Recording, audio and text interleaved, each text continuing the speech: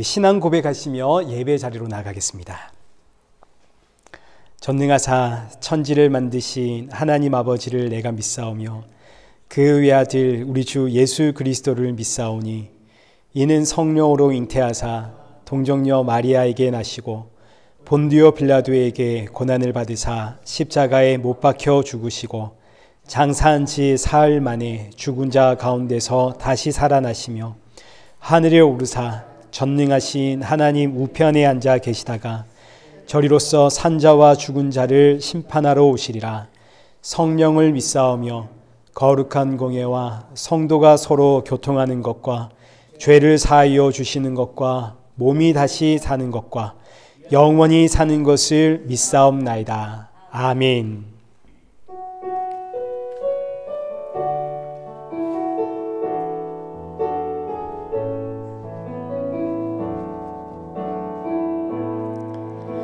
하늘의 문을 여소서 이곳을 주목하소서 주를 향한 노래가 꺼지지 않으니 하늘을 열고 오소서 이곳에 임재하소서 주님을 기다립니다. 기도의 향기가 하늘에 닿으니 주여 임재하여 주소서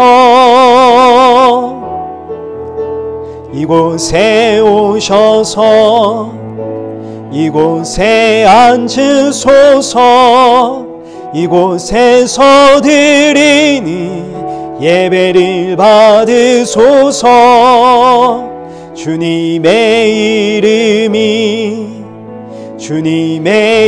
이름만이 오직 주의 이름만 이곳에 있습니다. 이곳에 오셔서 이곳에 앉으소서 이곳에서 드리는 예배를 받으소서 주님의 이름만이 오직 주의 이름만 이곳에 있습니다. 우리 이 시간 우리 예배 배선 우리의 모습 우리 한번 점검하겠습니다.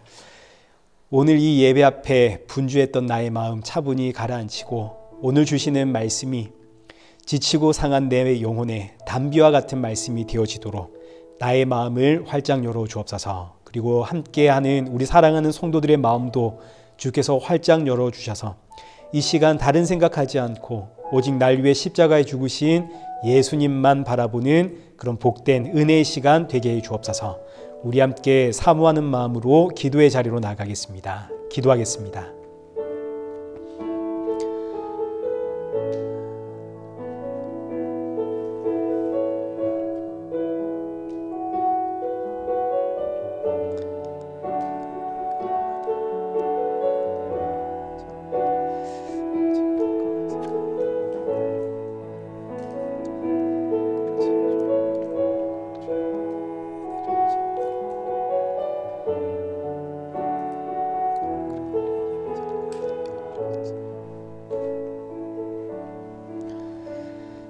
살아계신 하나님 아버지, 오늘 우리를 이 귀한 예배 자리로 인도하심에 감사를 드립니다.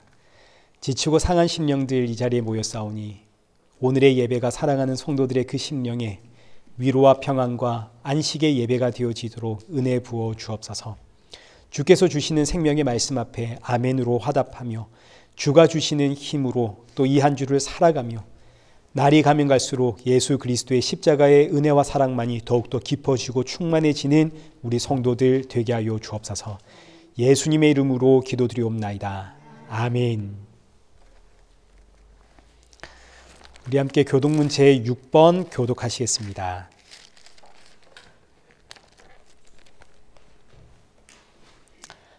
여호와여 일어나옵소서. 하나님이여 손을 두옵소서. 가난한 자들을 잊지 마옵소서.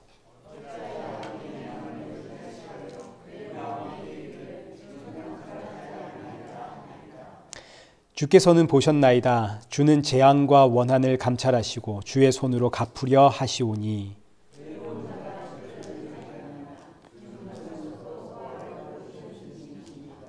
악인의 팔을 꺾으소서. 악한 자의 악을 더 이상 찾아낼 수 없을 때까지 찾으소서.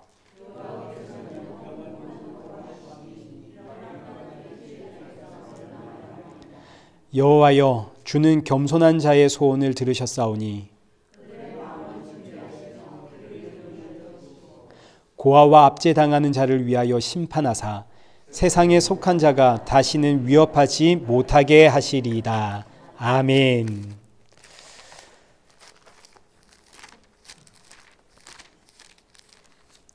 찬송가 23장 찬양하신 이후에 정성백 장로님 나오셔서 기도 올려드리겠습니다.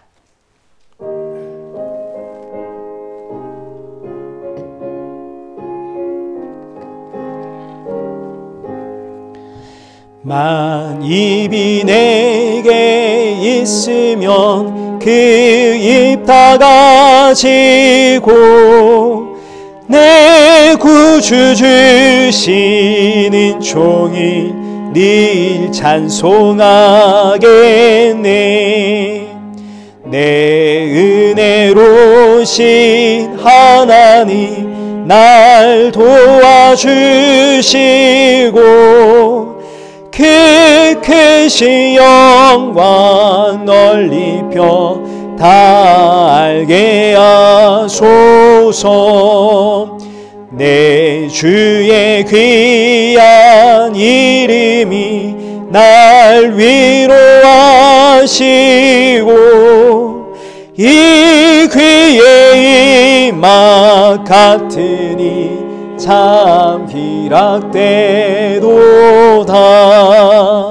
내 죄의 권세 깨뜨려 그 결 푸시고 이 주한 마음을 비로소 고청케 하셨네.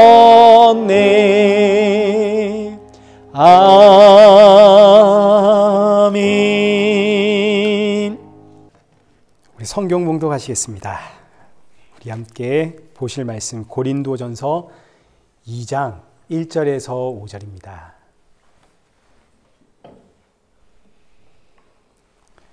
고린도전서 2장 1절에서 5절의 말씀 우리 한 절씩 교독하시겠습니다.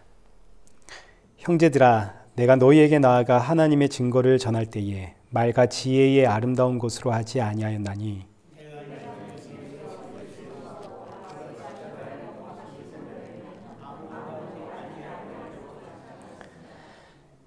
내가 너희 가운데 거할 때에 약하고 두려워하고 심히 떨었노라.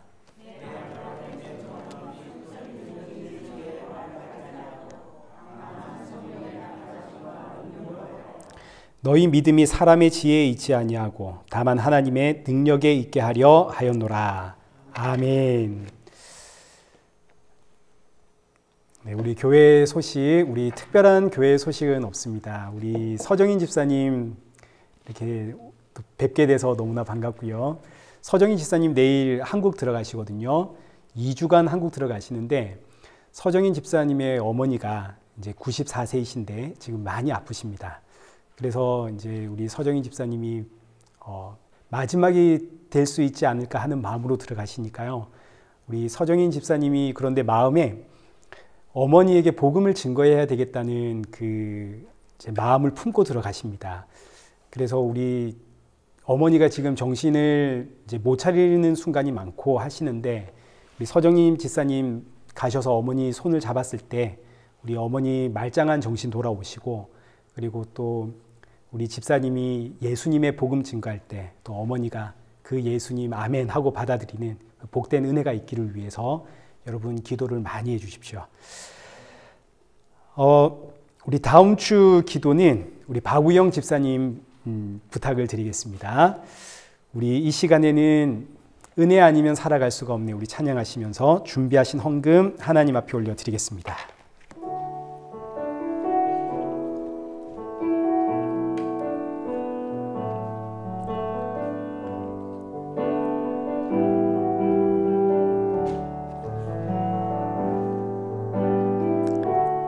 은혜 아니면 살아갈 수가 없네.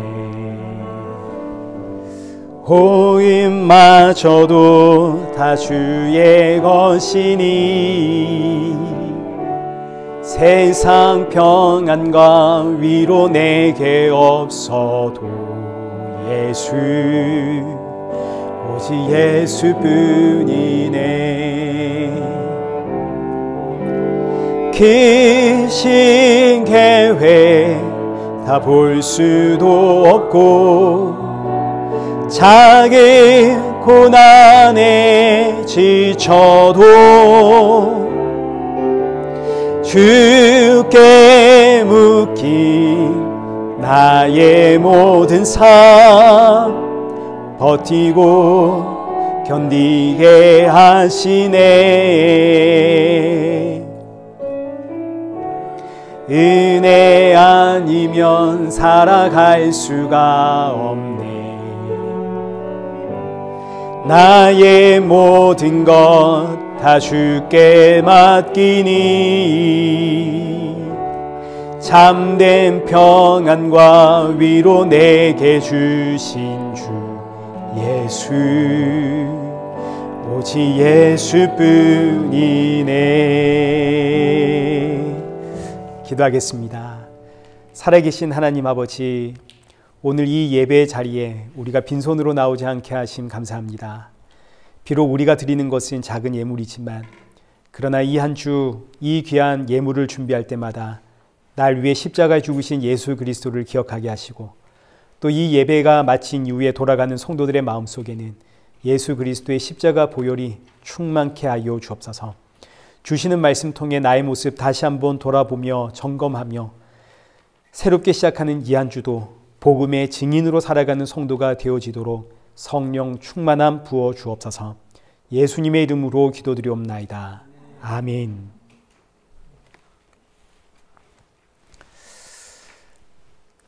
우리 오늘 본문은 고린도전서 2장 1절에서 5절입니다. 성령의 나타나심과 능력이라는 제목으로 오늘 본문의 말씀 우리 함께 보도록 하겠습니다. 고린도전서 2장부터 4장까지는 이제 전부 나는 바울파다, 나는 아볼로파다, 나는 게바파다 라고 하면서 교회가 나뉘게 된 것에 대한 이야기입니다. 우리가 복음을 제대로 이해했다면 어떻게 교회 안에 파당이 생기고 나뉠 수가 있단 말이냐, 이걸 이제 지적하는 것인데, 이 이야기가 1장부터 4장까지 가득 차 있다는 이야기는 이 문제에 있어서 교회와 성도가 그만큼 연약하다 이런 뜻입니다.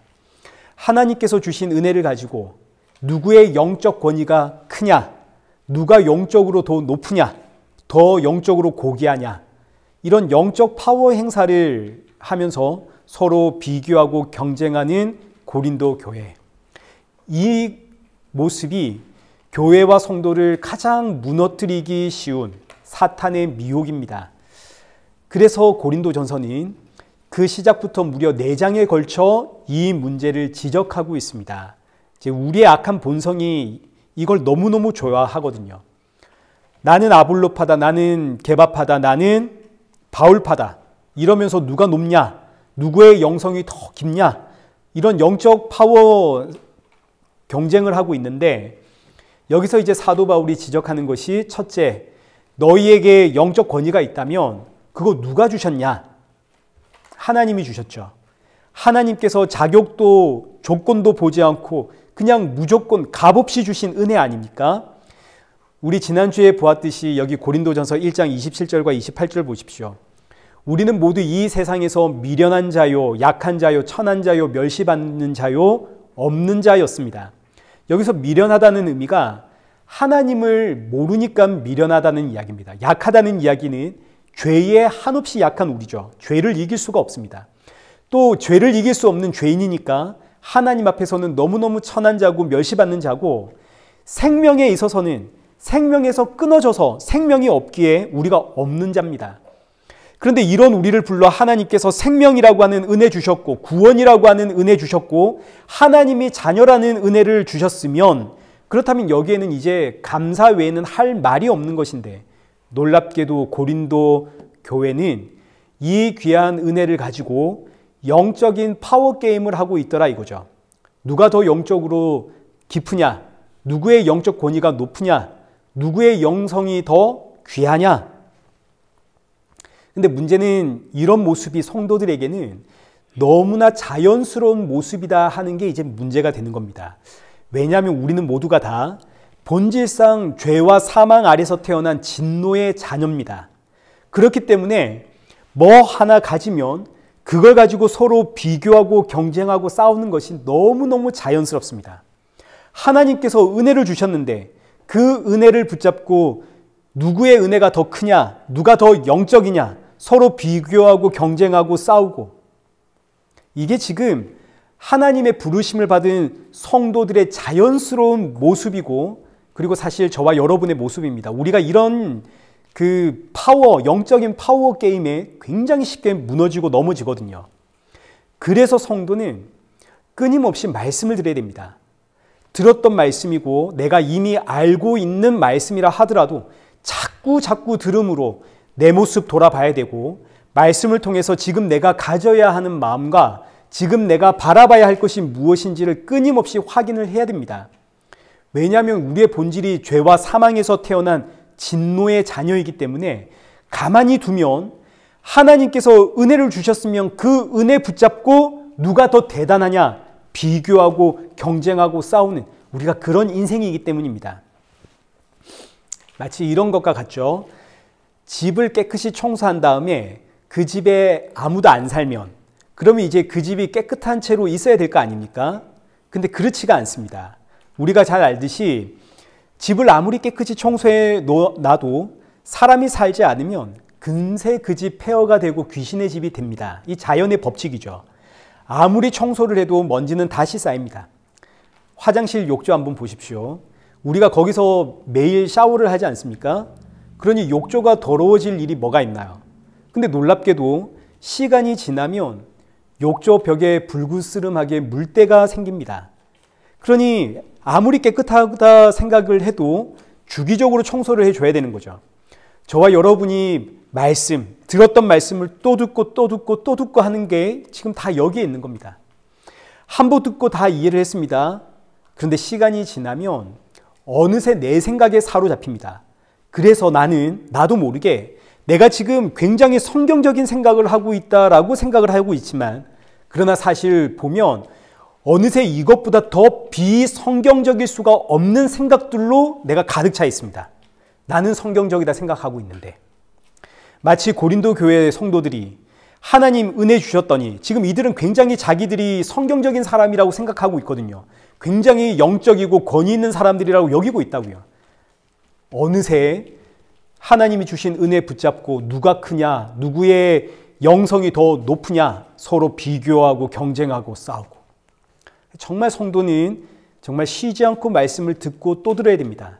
여기 히브리서 4장 12절 이하의 말씀처럼 하나님의 말씀은 살아있어 우리의 혼과 영과 관절과 골수를 찔러 쪼개서 우리의 마음의 생각과 뜻을 발가벗긴 이후에 이런 나를 구원하신 예수 그리스도 앞에 항복하게 만들고 이런 나를 구원하신 은혜 앞에 감사하게 만들죠. 이게 말씀의 능력입니다. 그러니 아무리 듣고 또 들어도 또 들어야 되는 게 생명의 말씀. 이제 우리가 지금 똑같은 주제를 가지고 4주에 걸쳐서 제 1장을 보았는데 앞으로도 최소 8주 이상은 똑같은 주제가 계속 이어질 겁니다. 왜냐하면 이 주제만큼 성도를 쉽게 무너뜨리는 마귀의 미혹이 없기 때문에 정말 중요한 내용입니다. 그래서 이제 여기서 우리는 하나님께서 왜 우리에게 은혜를 주셨는가 이걸 다시 한번 짚고 오늘 본문의 말씀을 들어가도록 하겠습니다. 하나님께서 이 고린도 교회에 은혜를 부어주신 이유는 이걸 가지고 서로의 영적 권위 주장하면서 누가 높으냐 이거 하라고 주신 게 아니라 우리 고린도전서 1장 6절과 7절 한번 보겠습니다. 하나님께서 은사를 주셨고 은혜를 주신 목적입니다. 그리스도의 증거가 너희 중에 견고하게 되어 너희가 모든 은사에 부족함이 없어 누구를 기다리게 한다고요? 우리 주 예수 그리스도의 나타나심을 기다리게 한다고요. 그러니까 은사와 은혜를 주신 목적은 서로 비교하고 경쟁하고 싸우라고 주신 게 아니라 우리 주 예수 그리스도 다시 오실 그날 기다리라고 주신 게 은사고 은혜입니다. 내게 주신 은사와 은혜를 보면서 우리 주 예수 그리스도 다시 오실 그날을 사모하는 마라나타의 신앙을 가져야 되는데, 이 귀하고 복된 은사와 은혜를 가지고 서로 비교하고 경쟁하면 되겠느냐? 너희가 은사와 은혜를 자격이 있어서 받은 것이냐? 거저 받은 것 아니냐? 누구는 좀 이뻐서 더 주고 누구는 좀 못나서 덜 주고 이런 게 아니지 않느냐? 우리 에베소서의 말씀 한번 보시겠습니다. 에베소서 4장 11절 이하의 말씀. 그가 어떤 사람은 사도로, 어떤 사람은 선지자로, 어떤 사람은 복음 전하는 자로, 어떤 사람은 목사와 교사로 삼으셨으니 이는 성도를 온전하게 하여 봉사의 일을 하게 하며 누구의 몸으로 세운다고요? 그리스도의 몸으로 세우려 하심이라. 각 지체의 분량대로 역사하여 그 몸을 자라게 하며 사랑 안에서 스스로 세우느니라. 하나님께서 주신 은사와 은혜는 서로 비교하고 경쟁하는 것이 아니라 그리스도의 몸을 세우기 위해 각 지체의 분량대로 주신 겁니다. 각자의 은사와 은혜가 다른 이유가 바로 여기에 있는 겁니다. 나는 그리스도의 몸에서 입의 역할을 하기 때문에 입에 맞는 은사와 은혜를 주셨고, 나는 그리스도의 몸에서 손에 맞는 역할을 하기에 손에 맞는 은사와 은혜를 주셨고, 나는 발이니까 발에 맞는 은사와 은혜 주신 것이지, 여기에 누구의 은혜가 더 고급하냐, 누구의 은혜가 더 영적이냐, 이런 건 존재할 수가 없다는 이야기죠. 그런데도 우리는 방언을 하면 뭔가 좀 더 영적인 것 같고, 기도하다가 뭘 봤다 그러면 우와 대단하다 싶고, 또 기도하면서 막 예언하고 병 고치고 이러면 정말 영적인 권위가 막 이렇게 높은 것 같고, 그래서 나는 방언한다, 나는 예언한다, 나는 병 고친다 이러면 마태복음 7장 22절 이하의 이 말씀 여러분 꼭 기억하셔야 됩니다. 그날에 주여 주여 우리가 주의 이름으로 선지자 노릇하고 귀신도 쫓아내고 병도 고치고 많은 권능을 행했습니다. 그때 주님 하시는 말씀이 뭔가요? 누구냐 넌, 이거 아닙니까? 누구냐 넌, 나는 너를 도무지 알지 못하니 불법을 행하는 자야 내게서 떠나라. 이건 아무것도 아니다 이거죠. 그래서 사도 바울이 이제 지난주 1장을 마무리하면서 결론을 내리는데 여기 31절 보십시오. 자랑하는 자는 주 안에서 자랑해라. 여기서 주 안에서 자랑해라 이 말은 여기 30절에 기록된 것처럼 예수님은 우리에게 지혜와 의로움과 거룩함과 구원함이 되시는데 우리가 지금 누구 안에 있나요? 예수님 안에 있죠. 이걸 자랑하라는 이야기입니다. 우리가 지금 예수 그리스도 안에 있음을 자랑해라. 하나님의 지혜가 되시고 의로움과 거룩함과 구원함이 되시는 그 예수 그리스도 안에 있다면 이건 정말 너무너무 은혜 아닙니까? 너도 나도 값없이 은혜로 예수 그리스도 안에 들어가 있는데 이 안에서 어떻게 누구의 영성은 더 높니, 더 깊니, 더 넓니, 누가 더 영적이니, 이런 비교와 경쟁이 어떻게 있을 수 있겠는가? 이제 많은 분들이 성도와 목사 이러면 우리 목사님은 좀 더 영적일 것이고 영성이 깊을 것, 이런 생각하는데 그런 게 어디에 있겠습니까? 저와 여러분이 똑같이 하나님 앞에서 죄인인데 그저 각자가 받은 은사와 직분이 다를 뿐이지, 우리 서로 무슨 영성이 있어가지고 여러분 저한테 와가지고 기도 한번 받으면 내가 기도하는 것보다 목사님 기도가 훨씬 대단하겠지, 그런 게 어디에 있단 말입니까? 그런 생각 자체가 이미 벌써 우리가 마귀의 미혹에 넘어간 거죠. 파워 경쟁에 우리가 빠져버린 거 아닙니까? 목사님의 영적인 파워가 훨씬 더 대단하겠지. 큰 교회 목사님 가서 기도 한번 받으면 더 대단하겠지. 이런데 우리가 자꾸 넘어간다고요. 너무너무 쉽게 넘어가니까 고린도전서 1장부터 4장까지 이 이야기 하는 겁니다. 어디에 그런 영적인 권세가 있단 말이냐. 자, 그래서 이제 오늘 본문이 시작을 하는 겁니다. 1절 보겠습니다. 2장 1절. 형제들아, 내가 너희에게 나아가 하나님의 증거를 전할 때에 말과 지혜의 아름다운 것으로 아니하였나니. 사도 바울이 고린도 교회를 개척을 해서 하나님의 증거를 전하는데 여기서 증거라는 단어가 헬라어로 미스테리온입니다. 이제 우리도 잘 알죠. 미스테리, 비밀, 신비 이런 뜻입니다. 하나님의 비밀, 하나님의 신비 이게 바로 복음인데 이 복음의 내용 우리가 이제 잘 알듯이 첫째는 성육신, 하나님이 사람으로 이 땅에 오심. 둘째는 사람으로 이 땅에 오신 하나님이 십자가에서 죽으심. 이게 바로 하나님의 비밀이고 하나님의 신비인 복음입니다. 그런데 앞서 우리가 살펴보았듯이 이 하나님의 신비가 되는 복음이 유대인들에게는 거리끼는 것이고 헬라인에게는 미련한 것이 되죠. 유대인들에게 거리끼는 이유는 나무에 달린 자는 저주받아 죽은 자라 그랬는데 어떻게 그가 하나님이 되고 그가 메시아가 될 수 있는가? 성경을 보니까 이건 말이 안 되니까 거리끼는 것이 되고 헬라인들의 입장에서는 신이 무기력하게 사람들에게 잡혀서 십자가에 죽었다는데 아니 사람에 잡혀가지고 죽는 신을 내가 왜 믿어야 된단 말이냐. 무엇보다 사람에게 잡혀서 죽었다면 그게 어떻게 신이냐. 그래서 헬라인들에게는 미련한 이야기입니다. 그러니 하나님의 비밀, 하나님의 신비가 되는 이 복음은 사람의 이성과 상식과 사람의 본성으로는 도무지가 믿을 수가 없는 이야기입니다. 그렇다면 좀 노력을 해야 될 거 아닙니까? 이게 사람들이 다 싫어하는 이야기인데 하나님의 비밀, 하나님의 신비를 사람들이 들을 만하게 좀 포장을 잘 해야 될 거 아닙니까? 사람들이 듣기에 혹하도록 사람은 선악과 먹고 난 이후로 보암직하고 먹음직하고 지혜로울 만큼 탐스러운 그런 것들을 좋아하거든요. 그러니 이 욕구에 좀 맞춰야 하는 거 아닌가요?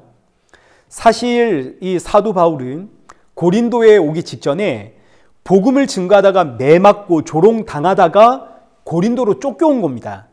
이 고린도로 도망온 상태에서 그러면 이제 사도 바울이 이 복음에 좀 재밌는 이야기들도 섞고 인생의 지혜로운 이야기도 좀 섞고 세상 돌아가는 이야기도 좀 섞고 그래서 사람들을 혹하게 만든 다음에 조금씩 하나님의 신비가 되는 복음을 풀어나가면 그럼 얼마나 좋겠습니까?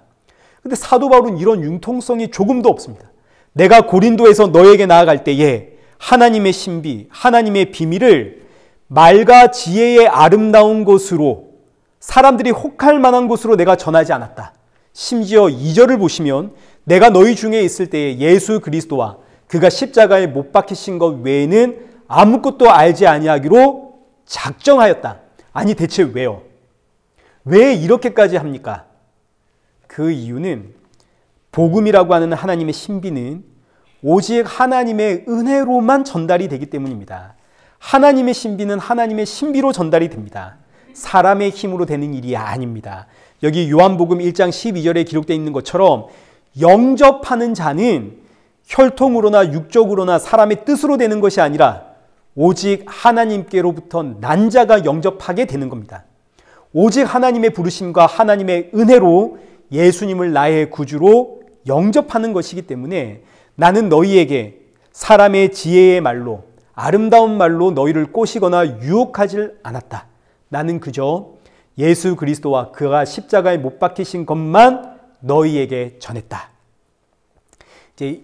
그런데 이 말씀 안에는 두 가지의 굉장히 중요한 신학적인 의미가 담겨 있는데 첫째는 전적 타락이고 둘째는 전적 무능입니다. 굉장히 중요한 신학적인 내용인데 전적인 타락은 예수님을 믿기 전 저와 여러분의 모습입니다.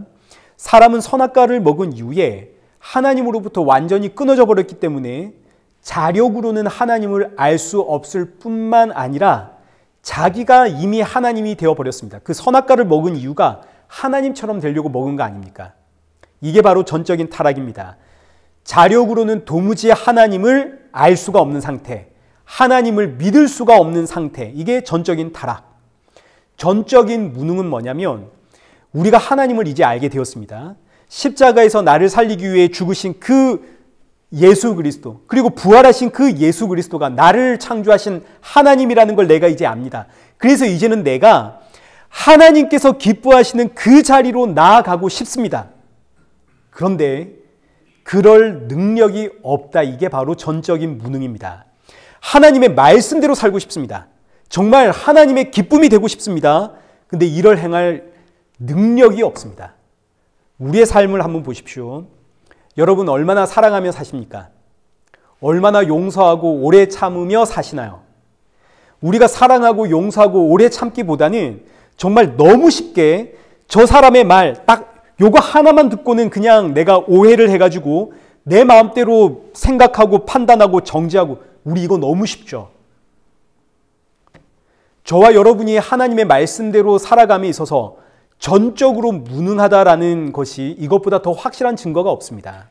우리는 누군가를 사랑하고 오래 참고 용서하기보다는 그냥 오해하고 정지하고 판단하고 시기하고 훨씬 빠릅니다. 그래서 사도 바울이 내가 너희에게 예수님과 십자가만 전했다 이겁니다. 너희가 전적으로 타락한 상태이기에, 너희가 전적으로 무능한 상태이기에 예수님과 십자가 외에는 너에게 답이 없다. 그래서 나는 예수님과 십자가만을 증거했다.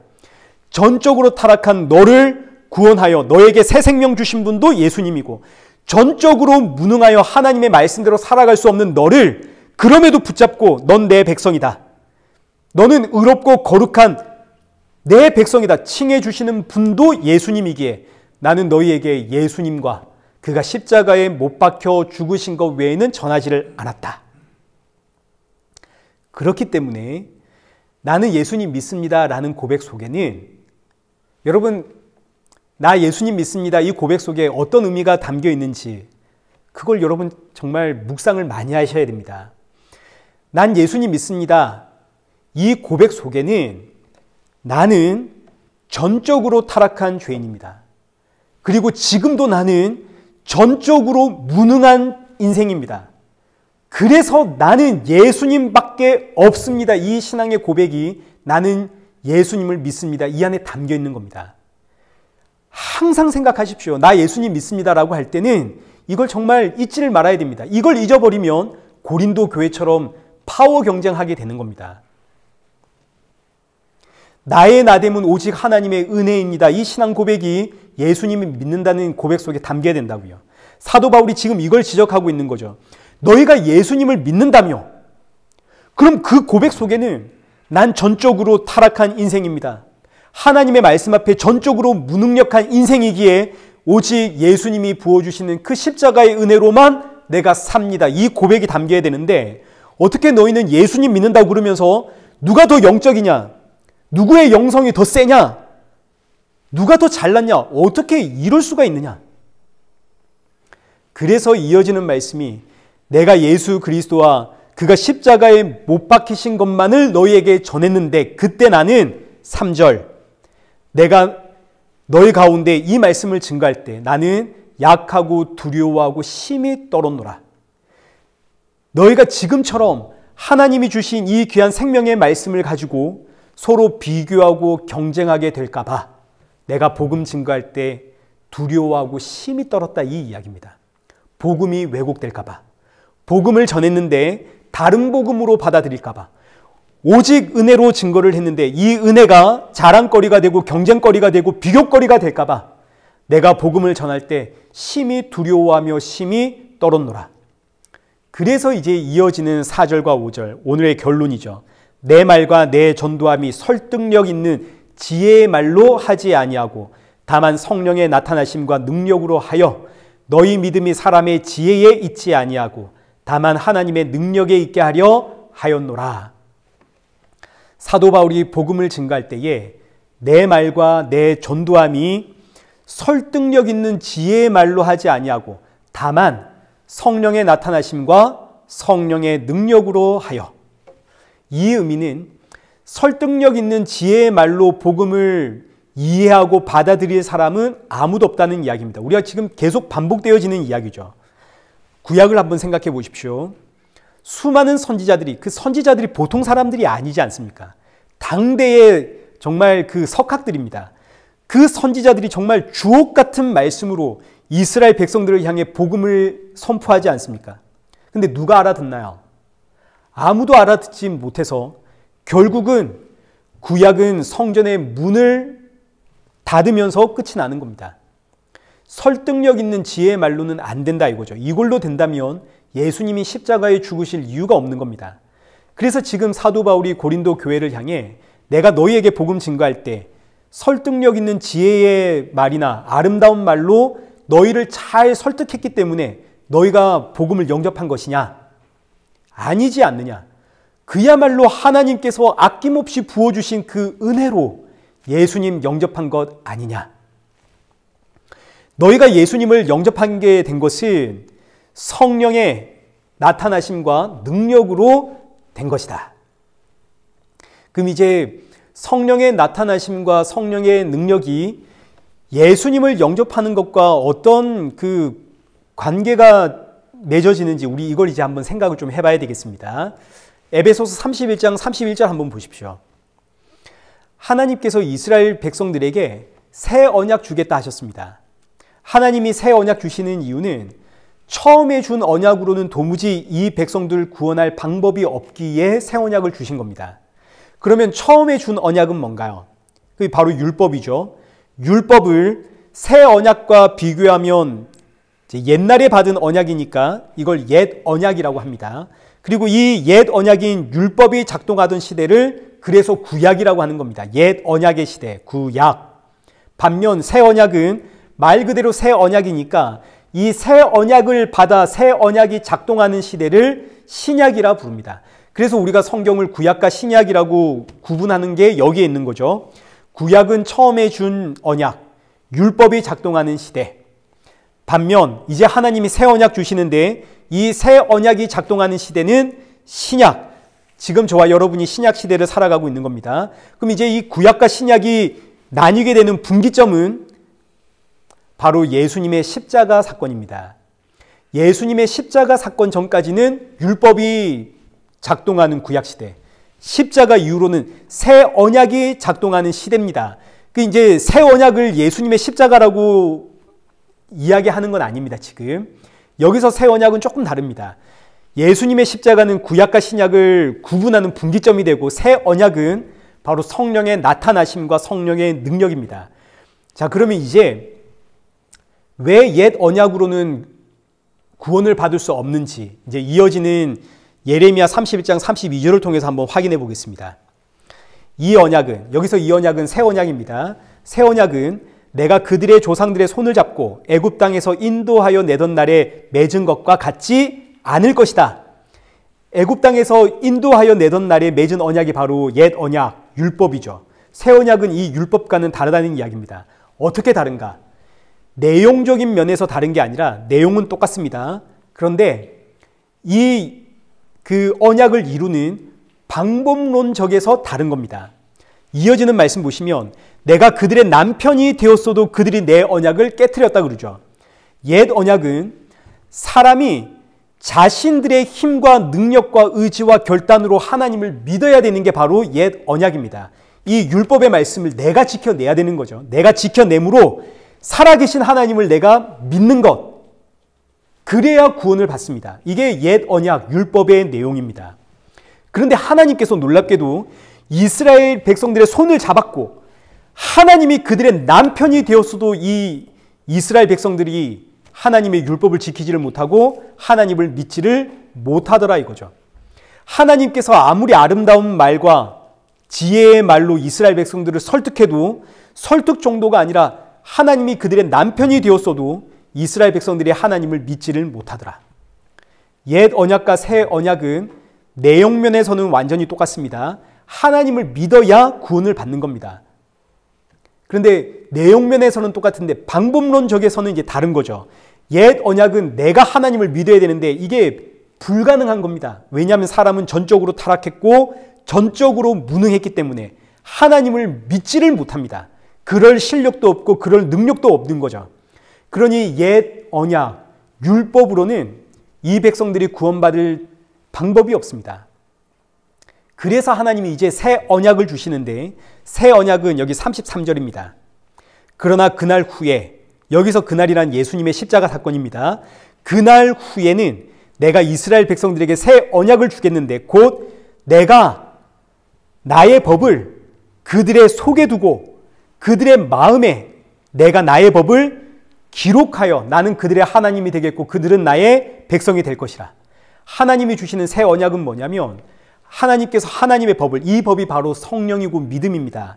구원의 조건은 오직 믿음이거든요. 그런데 이 백성들이 지금 믿지를 못하니까 새 언약은 그날 이후에 하나님이 그 하나님을 믿는 믿음을 이 백성들의 마음에 새겨버리겠다 이겁니다. 강제로. 이게 바로 새 언약입니다. 구원을 이루는 방법이 완전히 다른 거죠. 옛 언약은 내가 하나님을 믿어야 되는데 이게 불가능하니까 하나님이 새 언약 주시면서 내가 너의 마음속에 강제로 믿음을 심어버리겠다, 새겨버리겠다. 하나님께서 묻지도 않고 따지지도 않으시고 무조건적으로 우리의 마음에 예수 그리스도를 믿는 믿음, 하나님을 믿는 믿음을 새겨버리심으로 너와 나를 구원하심. 이게 바로 새 언약입니다. 그래서 이 새 언약을 하나님의 무조건적인 은혜라고 하는 거죠. 이 은혜가 바로 성령의 나타나심과 성령의 능력이다 이겁니다.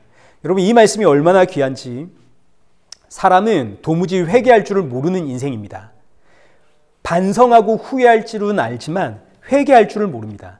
왜냐하면 우리가 다 하나님으로부터 끊어진 인생이거든요. 율법을 받았어도 하나님을 믿지를 못하는 게 우리 인생입니다. 이게 바로 죄인의 모습이거든요. 그리고 죄의 삭은 사망입니다.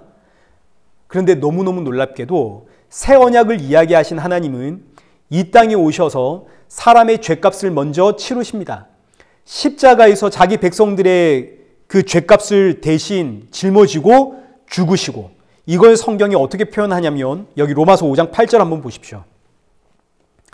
우리가 아직 죄인 되었을 때에 그리스도께서 우리를 위하여 죽으심으로 하나님께서 우리에 대한 자기의 사랑을 확증하셨느니라.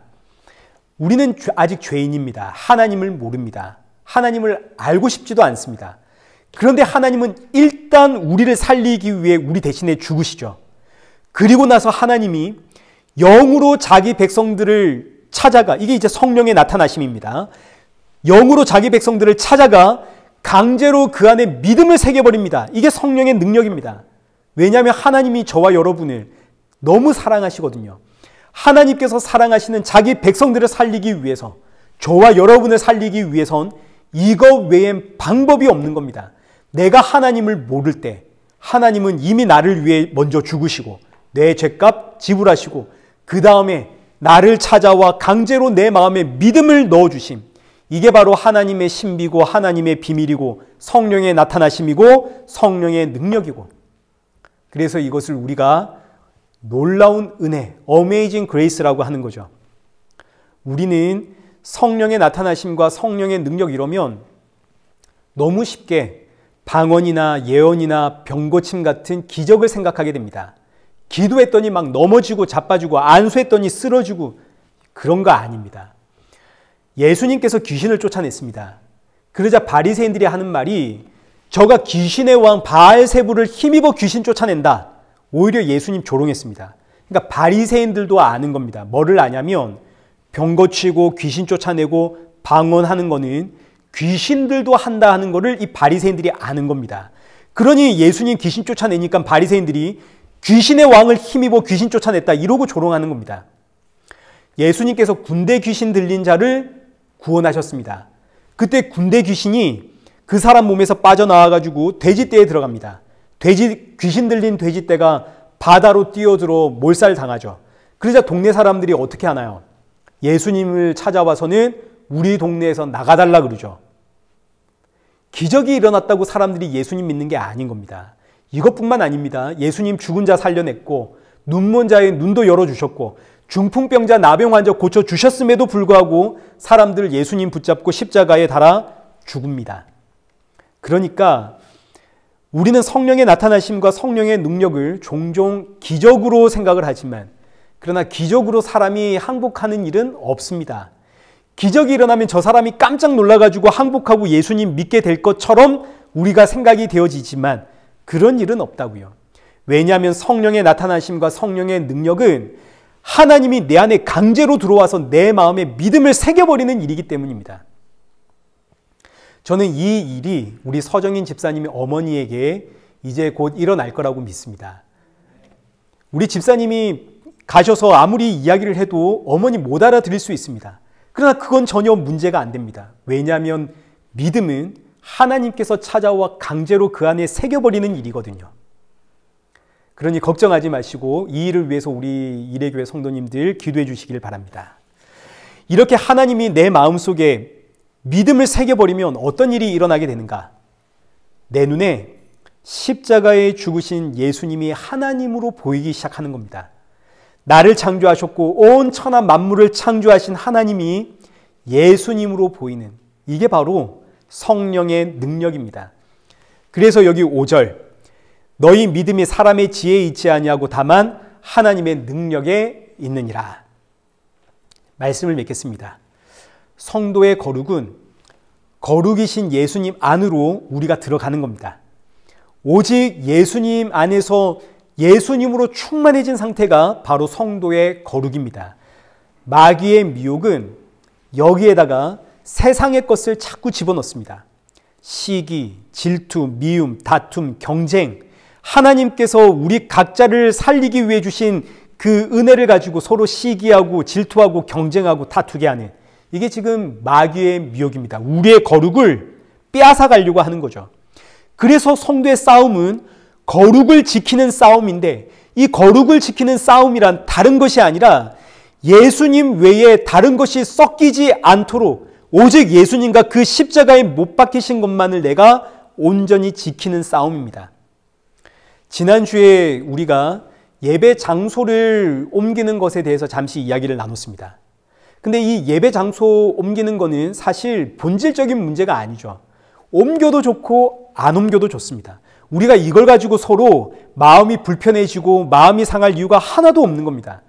본질은 예수님이 날 위해 십자가에 죽으셨고 부활하셨고 이제 곧 다시 오신다는 마라나타의 믿음입니다. 우리는 이 믿음의 싸움을 하는 겁니다. 자꾸 내 안에서 터져 나오는 불안, 초조, 염려, 혹은 불만, 불평, 시기, 질투, 짜증, 경쟁, 이런 감정들과 생각들이 예수님의 자리를 자꾸 차지하려고 할 때 그러지 못하도록 기도하는 것이 바로 저와 여러분의 싸움입니다. 이 한 주 이 믿음의 전투에서 승리하십시오. 이때 승리라고 하는 의미는 내 속에서 터져 나오는 감정과 생각들과 싸워서 이기는 이런 이야기가 아닙니다. 왜냐하면 우리는 우리 안에서 터져 나오는 생각과 감정들을 이겨내지를 못합니다. 그러나 그렇기에 십자가에 예수님 바라봅니다. 이게 바로 성도의 승리입니다. 저와 여러분의 승리. 어떤 과정을 거쳤든 결국 마지막에 십자가에 예수님 바라보게 된다면 이게 바로 승리입니다. 그런데 마귀 사탄은 이걸 못하게 합니다. 내가 방금 이 감정에 쓰러졌고 이 생각에 사로잡혔고 이런 행동을 했는데 어떻게 예수님을 바라본단 말인가? 이게 마귀가 하는 일입니다. 마귀는 예수님 바라보지를 못하게 하거든요. 우리가 어떤 과정에서 어떤 유혹에 넘어갔든 최종적으로 예수 그리스도를 바라보게 된다면 승리입니다. 이 승리를 하십시오. 예수님 바라보십시오.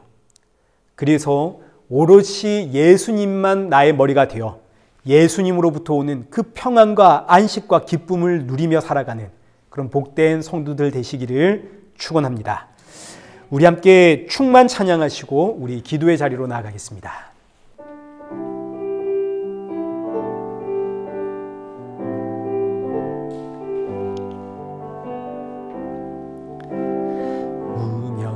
무명이어도 공허하지 않은 것은 예수 안에 난 만족함이라. 가난하여도 부족하지 않은 것은 예수 안에 오직 나는 부요함이라. 고난 중에도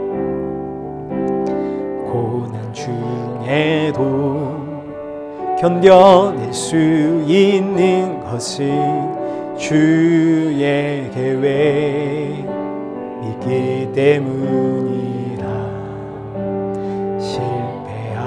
실패하여도 일어설 수 있는 것은 예수 안에 오직 나는 승리함이라. 난 예수로 충만하네. 난 예수로 충만하네. 난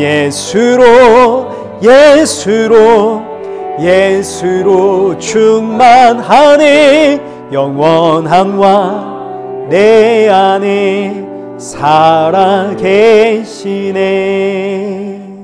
아멘. 우리 이 시간 마음을 모아서 기도하실 때 먼저는 우리가 받은 은혜는 비교거리가 아닙니다. 경쟁거리도 아니죠.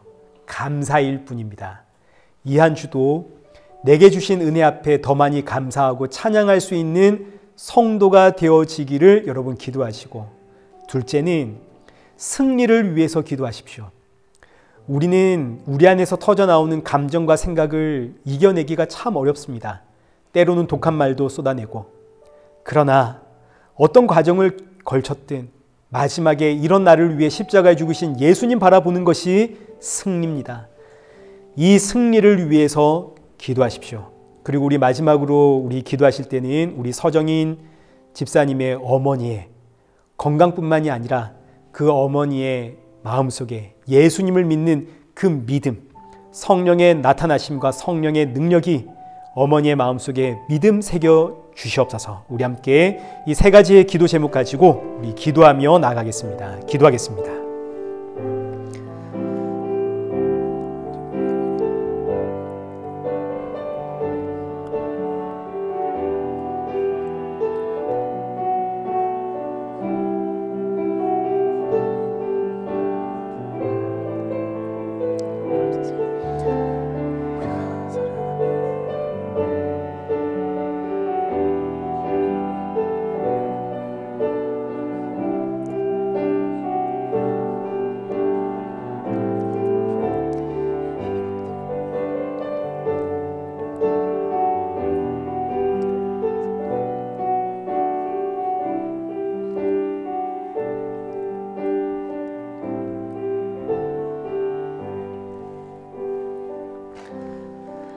살아계신 하나님 아버지, 예수님 믿는다는 신앙 고백 속에는 나는 연약합니다, 나는 죄인입니다, 예수님 아니면 안 됩니다 라는 신앙의 고백이 포함되어 있다는 사실을 우리 사랑하는 성도들 잊지 않게 하여 주시고, 나의 나됨이 오직 예수님의 은혜라는 사실 앞에 매 순간 감사하는 성도가 되어지도록 우리의 마음과 중심 붙잡아 주옵소서.